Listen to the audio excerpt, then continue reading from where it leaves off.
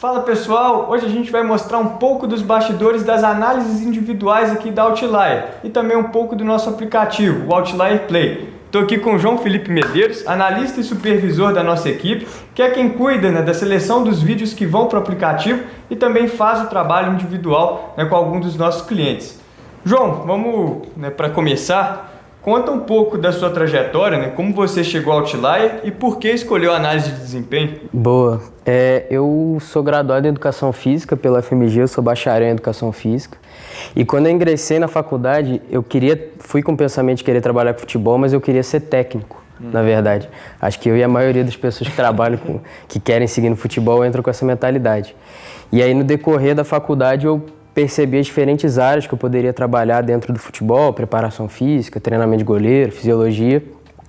E aí, durante a minha trajetória, eu percebi a possibilidade de trabalhar com análise de desempenho. E aí, fui buscando diferentes possibilidades de estagiar, de conhecer melhor a área. E aí, eu conheci o SECA, que é um laboratório da UFMG, que é o Centro de Estudos em Cognição e Ação. E aí, através dele, eu tive acesso a diferentes estudos que falavam sobre análise, e aí comecei a estagiar.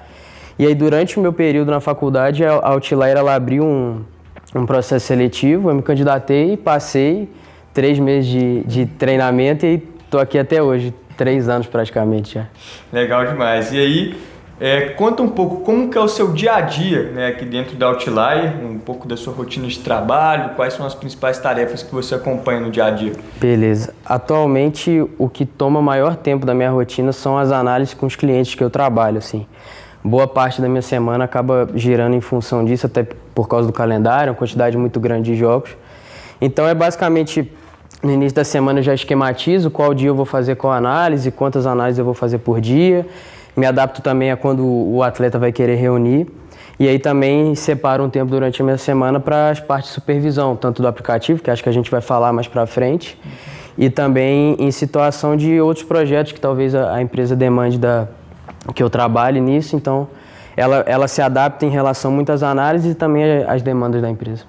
Perfeito. E aí falando primeiro sobre o trabalho com os jogadores, você atua diretamente com atletas de destaque tanto do futebol brasileiro como também do exterior. O que muda na análise quando o foco passa a ser individual e o que você leva em consideração na hora de fazer essas análises? Em relação à diferença da parte da análise individual para a coletiva, é muito que no coletivo eu olho a equipe como um todo, de uma forma coordenada, como ela se comporta, o que ela vai fazer em determinada fase do jogo. E o individual, como o nome diz, ele é individual, ele é focado no atleta, nos comportamentos dele ao longo do jogo e sempre levando em consideração esse contexto que ele está inserido. Então, não existe eu avaliar somente o atleta sem entender os comportamentos que a equipe dele pede. Então, é muito disso, é um olhar individualizado, vendo as características desse atleta, o que ele pode fazer bem e o que ele deve continuar fazendo. E aí, a partir disso, a gente entender dentro do contexto o que ele pode fazer para potencializar a equipe dentro da posição, dentro do que ele é exigido de uma forma geral. Imagino que a parte que a maioria das pessoas queiram saber, mas como que é esse processo de consultoria com os atletas desse nível, falando desde a coleta dos lances, ali, até dos dados que você analisa, até entregar essas informações para os jogadores e também o feedback, como é que funciona ali essa troca com esses jogadores? A gente interage com o atleta assim, quase que diariamente, dependendo do contexto. Tem uma interação pré-jogo, uma interação pós-jogo, quando a gente manda para ele todos os lances dele da partida. A gente não usa muito esses lances, mas para ele ter acesso, para se ele quiser ver alguma coisa. E aí o nosso trabalho entra baixando o jogo, ver a partida completa dele, aí vai separando os lances que a gente acha relevante na fase ofensiva, na fase defensiva. E aí, separado esses lances, eu jogo esses lances na nossa ferramenta de análise e aí eu começo a editar, separo por comportamento, dentro da lógica também me adaptando ao que eu acho que faz sentido para o atleta e para o contexto. E aí, uma vez a análise pronta, eu interajo com o atleta no grupo e aí a gente vai para a reunião. Aí dentro da reunião o processo é bem tranquilo, assim, a ideia não é falar para ele o que ele tem que fazer, o que ele tem que deixar de fazer, é muito de conversar com ele, ver o que pode ser ajustado, o que não pode, ouvir a perspectiva dele dentro do campo, porque é diferente a minha percepção da dele. E aí a gente, de uma forma conjunta, tentar discutir o lance e aí trazer algo que faz sentido para ele adaptar e para ele ajustar para as próximas partidas ou para ele seguir fazendo. Então é mais uma construção coletiva do analista com o atleta do que só o analista ou só o atleta. E aí, tem algum caso, algum exemplo assim de evolução de atleta, né, que marcou assim nesses quase 3 anos de casa aqui, Sim. alguma coisa assim de destaque realmente? Sim, eu já trabalhei com um número alto assim de atletas e acaba que cada um marca você de alguma forma, né? Se no dia a dia você constrói uma relação com eles. Então, também não vou tentar citar alguns, mas os que eu não citar para não ficar chateado comigo. Mas tem o caso do Rômulo, que hoje joga pelo Leipzig. Eu comecei o trabalho com ele desde o Atlético Paranaense. Do Atlético Paranaense ele foi para o Göztepe da Turquia. Do Göztepe aí agora ele está no Leipzig, passando por diferentes contextos. Então, a gente conseguiu ter um desenvolvimento legal assim do trabalho a longo prazo. O Andrei também é um caso bem legal, veio do Vasco, aí do Vasco Chelsea, Nottingham, do Nottingham para o Estrasburgo, aí onde ele fez uma das melhores temporadas da carreira dele. Agora está no Chelsea de novo, tendo oportunidade, tendo minutagem, sendo convocado para a seleção brasileira. E aí tem vários outros atletas, Arthur, Felipe Augusto, Marlon, Léo Ortiz, então é bem variado assim os casos com os atletas. E dos que você trabalha, qual que é o mais antigo com você? Comigo é o Rômulo. É o Rômulo. O Rômulo é quem eu tenho o maior tempo de trabalho.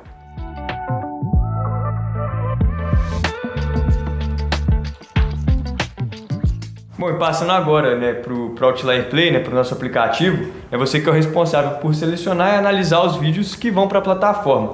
Como é que funciona esse processo de curadoria? Ele funciona basicamente de duas formas, assim. Os analistas, dentro do processo interno deles, assim, de análise no dia a dia, eles separam lances que eles acham relevantes para o aplicativo.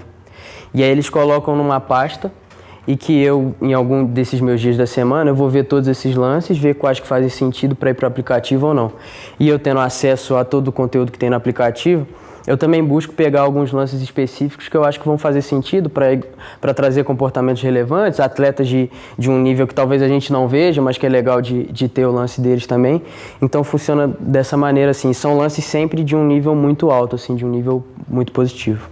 E é exatamente isso que você leva em consideração, assim, a relevância do lance, ou pode ser um lance sem tanta relevância para o jogo, mas que às vezes traz um comportamento interessante que você queira, né, que seja destacado no app? Então, depende muito, assim, de um modo geral, a relevância do lance ela importa muito porque, de certa maneira, tem que ser algo que chama atenção do porquê que ele foi positivo. Então, isso influencia bastante. Dentro da nossa metodologia, a gente avalia os comportamentos de 1 a 5 estrelas. Então, o mínimo para esse vídeo ser cogitado para estar no app, ele tem que ser 5 estrelas. E aí, a partir disso, eu começo a ver o lance. E às vezes tem um comportamento que é 5 estrelas, mas ele não é tão aparente. Assim, para nós analistas, ele é bem aparente porque a gente está ali acostumado no dia a dia a ver. Mas às vezes, para quem vai consumir, seja legal algo que vai chamar atenção logo de cara. Então, eu tento trazer isso, assim, um exemplo muito positivo que vai chamar muita atenção e que fique claro também por que foi bom, o que ele fez que foi bom, enfim, vários aspectos são levados em consideração.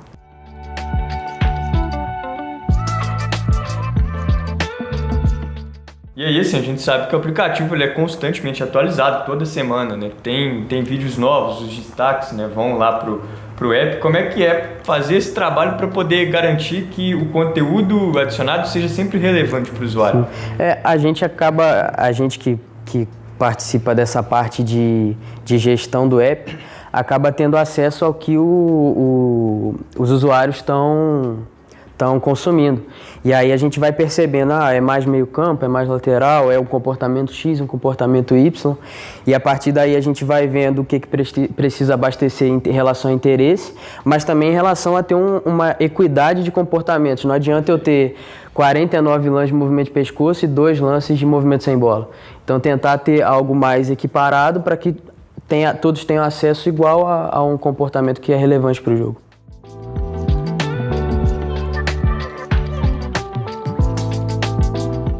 E agora, João, já chegando, né, na reta final, agora perguntas mais pessoais da sua visão. O quanto que você acredita que o uso, né, inteligente dos dados e das análises ela tem mudado a maneira dos jogadores e também dos clubes de enxergar o jogo? Eu acho que a influência assim, é muito grande, muda bastante, porque a partir do momento que o atleta ele tem informação, e aí uma informação de qualidade, né? Não só jogar a informação para ele, mas uma informação com contexto, ele começa a ter uma visão além da só que ele está jogando. Ele começa a ter um feedback externo que para ele vai ser relevante. Então, por exemplo, associando um qualitativo com quantitativo. O atleta ele tem um alto número de perdas da bola durante o jogo. Mas por que está acontecendo isso? A gente pode trazer esse número, mas também traz o vídeo. E aí com o vídeo ele entende por que ele está perdendo, o que ele pode melhorar ou não. Então associa a visão dele do campo, do jogo, do treinamento, com a parte quantitativa e também com a parte qualitativa dos vídeos.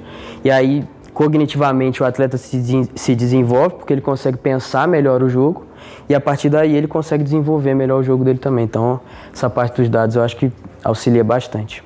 Perfeito, João. E agora, para a gente fechar, qual que é a parte do seu trabalho que mais te motiva? Né? Se é a parte técnica da análise ou então o impacto dela nos atletas? Cara, eu vou ficar um pouco em cima do muro nessa, porque o processo de análise, de uma forma geral, eu gosto bastante, assim, de ver o jogo, separar, produzir o conteúdo, aí eu já vou pensando, eu vou falar assim com ele, não vou falar. Mas o impacto, lógico, que também é bem relevante, mas eu acho que talvez se eu tivesse que tender para um lado, o processo é algo que me chama mais atenção, que eu gosto mais, para poder desenvolver junto com o atleta. Eu acho que também o impacto é muito consequência dele também, acho que é muito mérito do atleta, assim, eu só sou uma forma de trazer a informação para ele, mas eu gosto muito do processo de um modo geral. Perfeito.